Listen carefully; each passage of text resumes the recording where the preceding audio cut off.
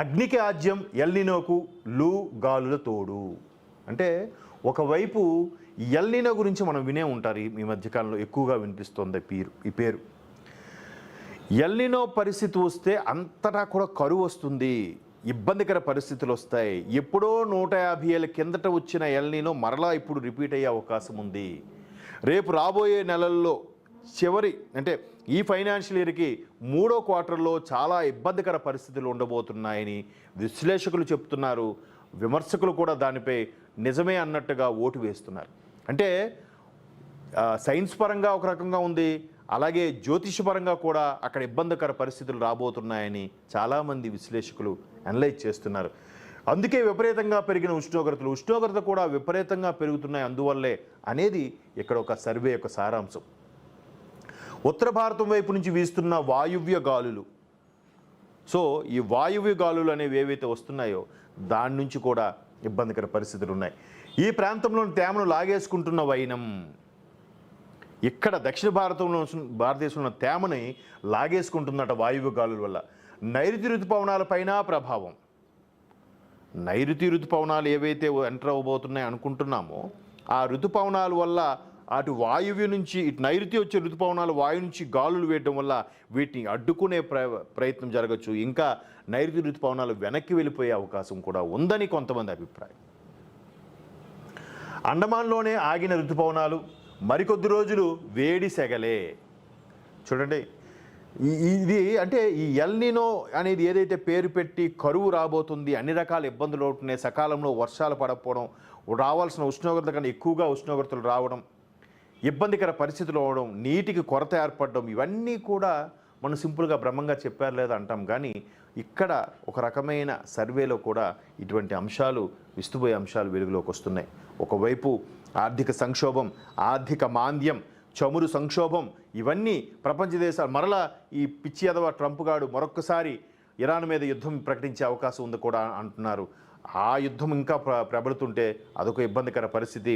మరోవైపు లెబనాన్పై Israel, హమాస్పై Israel దాడులు, మరోవైపు ఉక్రెయిన్పై రష్యా కొనసాగుతున్న దాడులు, ఇలా ప్రతి చోట కూడా ఆగ్రహావేశాలు, అలాగే ఇటువంటి పరిస్థితులు రావడం వల్ల ఇక్కడ ఎల్నినో లాంటి పరిస్థితులు రాబోతున్నాయనేది ఈ వార్త యొక్క సారాంశం.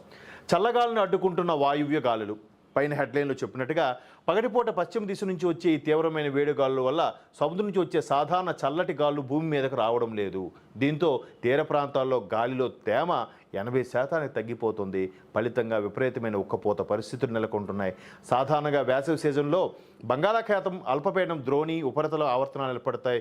వాటి వల్ల వేసవి ప్రభావం కొద్దిగా తగ్గుతుంది. అంటే తీర ప్రాంతంలో నేను గమనించిన దాన్ని బట్టి నాకు అర్థమైంది ఏంటంటే విపరీతమైన ఉక్కపోత, గాలిలో తేమ ఎక్కువ ఉండడం వల్ల విపరీతమైన చెమట కూడా ఎక్కువగా వస్తుంది.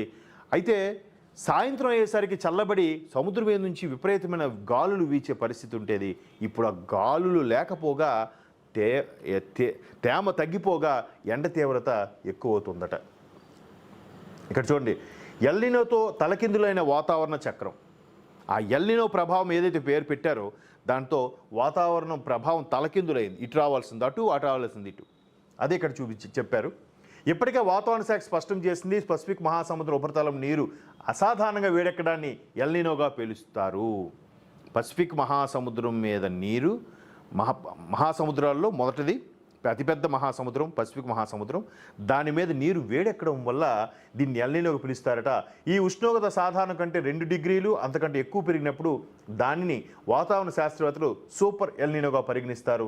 ఇంకా సూపర్ ఎల్నినో దశకు సముద్ర ఉష్ణోగ్రత చేరుకోకపోయినా అందుకు దారితీసే పరిస్థితి ఏర్పడినట్లు చెబుతున్నారు. మొత్తం మీద ఈ సంవత్సరం అందరూ కూడా చుక్కలు చూసే పరిస్థితి కనిపిస్తుంది. పట్టపగలే చుక్కలు చూసే పరిస్థితి.